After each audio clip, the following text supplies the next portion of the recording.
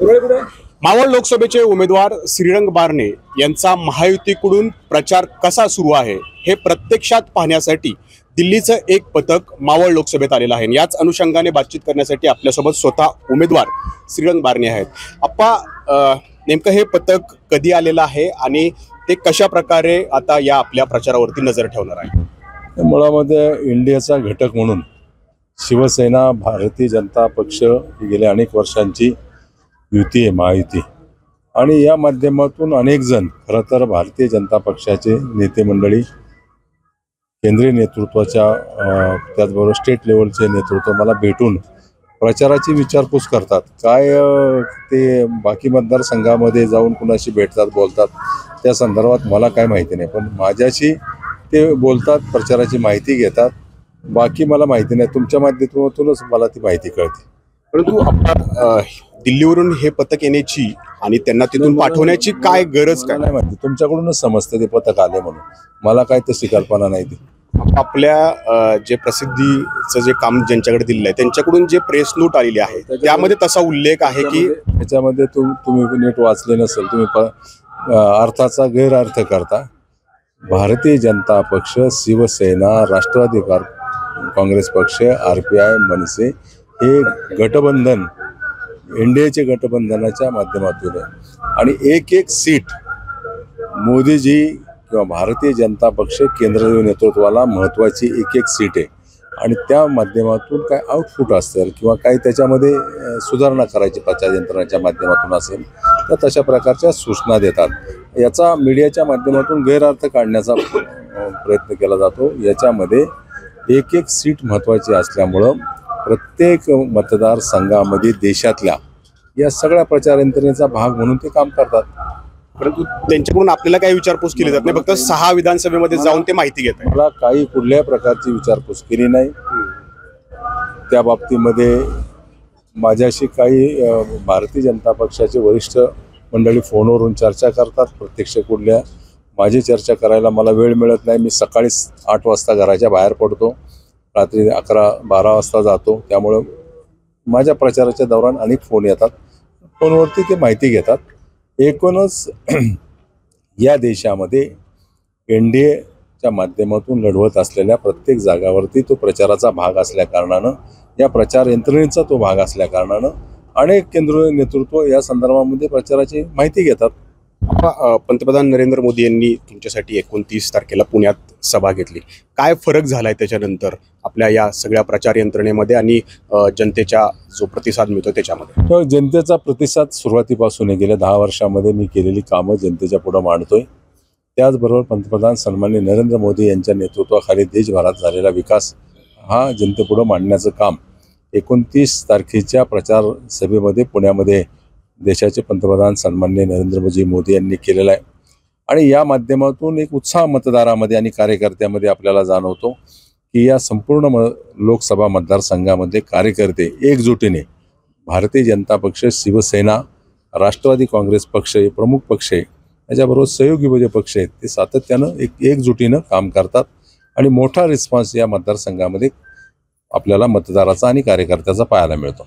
अप्पा, आपण अनेकदा म्हटलेलं आहात की समोरच्या उमेदवाराला फारसं काही मावळ लोकसभेमध्ये ओळखलं जात नाही, मग अशा अनोळखी उमेदवाराला पाडण्यासाठी पंतप्रधानांच्या सभेची गरज होती? हे बघा, आत्तापर्यंतचा देश स्वातंत्र्य झाल्यानंतर पासूनचा इतिहास आहे।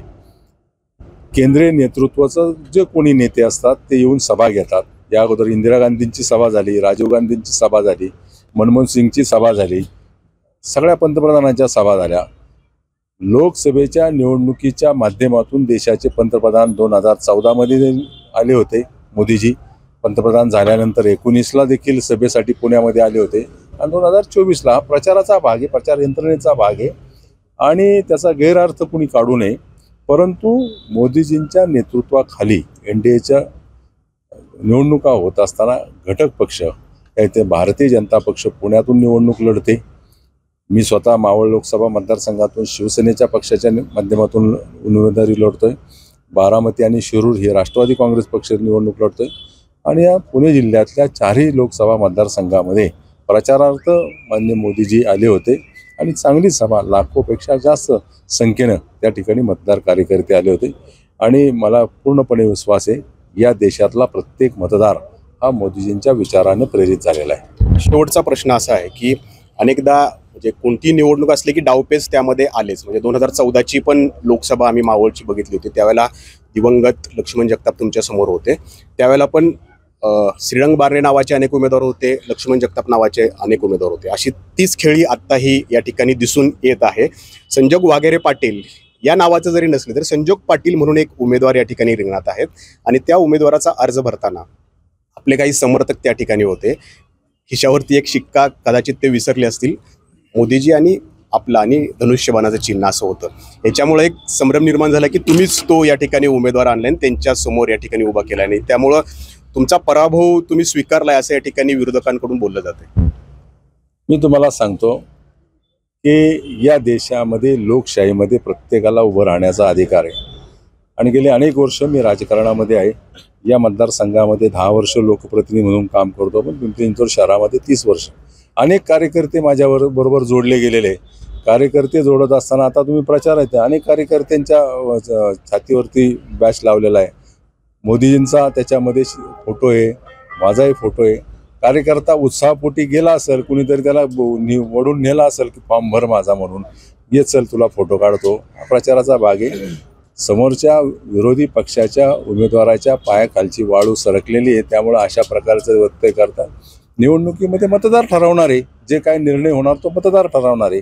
आणि या अगोदर देखील तुम्ही पाहिलं असेल, या अगोदर देखील अनेक साम्य असलेले अनेक नावं या मतदारसंघामध्ये उमेदवारी भरली होती, उभे राहिले होते. आणि या सगळ्या मतदारसंघामध्ये लोकसभेच्या असे अनेक उभे राहतात. त्यामुळे तो काही एवढं सिरियसली त्यांनी घ्यायचं कारण नाही. निवडणुकीला सामोरं जात असताना मतदार त्याचा विचार करतील. तर दिल्लीतून एक पथक जे आहे ते मावळ लोकसभेत आलंय याची फारशी कल्पना या ठिकाणी श्रीरंग बारणे यांना नाहीये, परंतु त्यांची करडी नजर या मावळ लोकसभेतल्या आणि महायुतीकडून ज्या पद्धतीनं प्रचार केला जातोय त्यावरती या ठिकाणी असणार आहे. आणि त्याच्यानंतर नेमका तो प्रचार कसा होतो आणि मतदानात नेमका त्याचा परिणाम काय होतो का, हे 4 जूनलाच स्पष्ट होईल. नाजिमुल्ला, एबीपी माझा, पिंपरी चिंचवड. एबीपी माझा, उघडा डोळे बघा नीट.